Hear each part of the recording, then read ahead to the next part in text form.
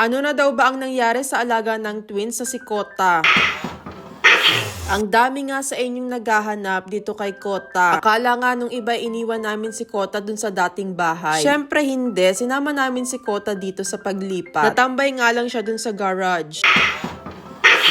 Kaya ayan, sinisipon na si Kota, bumabahing na. Hindi pa talaga kayang i-let go ni Charlie and Chino itong si Kota. Alam nyo naman si Kota mas matanda pa sa twins. And sa mga bago pa lang nakita itong si Kota, ito yung alaga ni Charlie and Chino na Triceratops. And si Kota is 17 years old na. Anyway, meron nga pala akong nakitang food dun sa bibig ni Kota. Kaya pala ayaw niyang kainin yung Choco Mallows. Siguro pinabaunan ng twins yung natambay ito dun sa garahe. And dahil magi-stay na si Kota sa loob ng bahay, kailangan natin siyang linisin.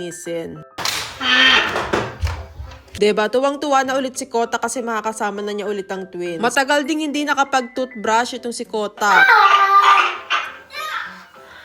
Kaya ito, tinulungan na siya ni Charlie mag-toothbrush. Ay sus, si Kota tuwang-tuwa na talaga siya. Dahil siguro meron na ulit siyang kalaro. Hindi na nga din nakapag-antay ang twins at ayan, sinasakyan na ulit si Kota. Hindi pa kami tapos maglinis. This is called the Triceratops. Diba? Kasyang-kasya pa rin talaga si Charlie and Chino dyan. Do parang medyo nahihirapan na itong si Kotang buhati ng dalawa. Pinunasan na nga din pala nila yung horns ni Kota. Pati na rin yung kanyang mga binte and yung kanyang mga toenails. Medyo nadumihan kasi talaga itong si Kota. So parang ito na din yung lambingan nilang tatlo. Sayang nga lang at hindi namin makita yung mga dahon na kinakain ni Kota. Dahil si Kota is isang herbivore. Kaya ngayon ang kinakain niya na lang muna yung mga kinakain ng twins. Gustong-gusto nga din pala niyang kinikiliti yung kanyang chin. And pati na rin yung horns.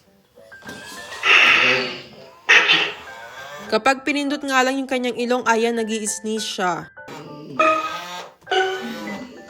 Bukod sa gumagalaw yung kanyang buntot kapag hinahawakan, pati yung kanyang horns, meron ding sounds. Diba? Talented itong si Kota kaya hindi naboboard ang twins kalaro to. After namin ma-vacuum at mapunasan si Kota, ginamit ko na tong carpet cleaner. Meron kasi itong spot cleaner at pwedeng-pwedeng ang panglinis dito kay Kota. Para hindi lang malinis, mabango din siya. Tinuruan ko nga si Charlie and Chino para next time sila na lang yung gagawa. At tingnan nyo kung gaano kadumi yung tubig na lumalabas dito kay Kota. Talagang kailangan na niya ng ligo. And unti-unti na nga ulit naglalight yung kulay ni Kota. Yung mga brown dyan, design na talaga siya. So, medyo dirty look talaga si Kota. Dahil syempre, si Kota is isang dinosaur. So, lagi talaga siya sa labas. Pinunasan na ng twins ng towel itong si Kota. Tapos, nilagay namin siya dun sa labas para ma-air dry. So, sa garden muna si Kota. Tapos, mamaya magpe-play ulit sila ng twins.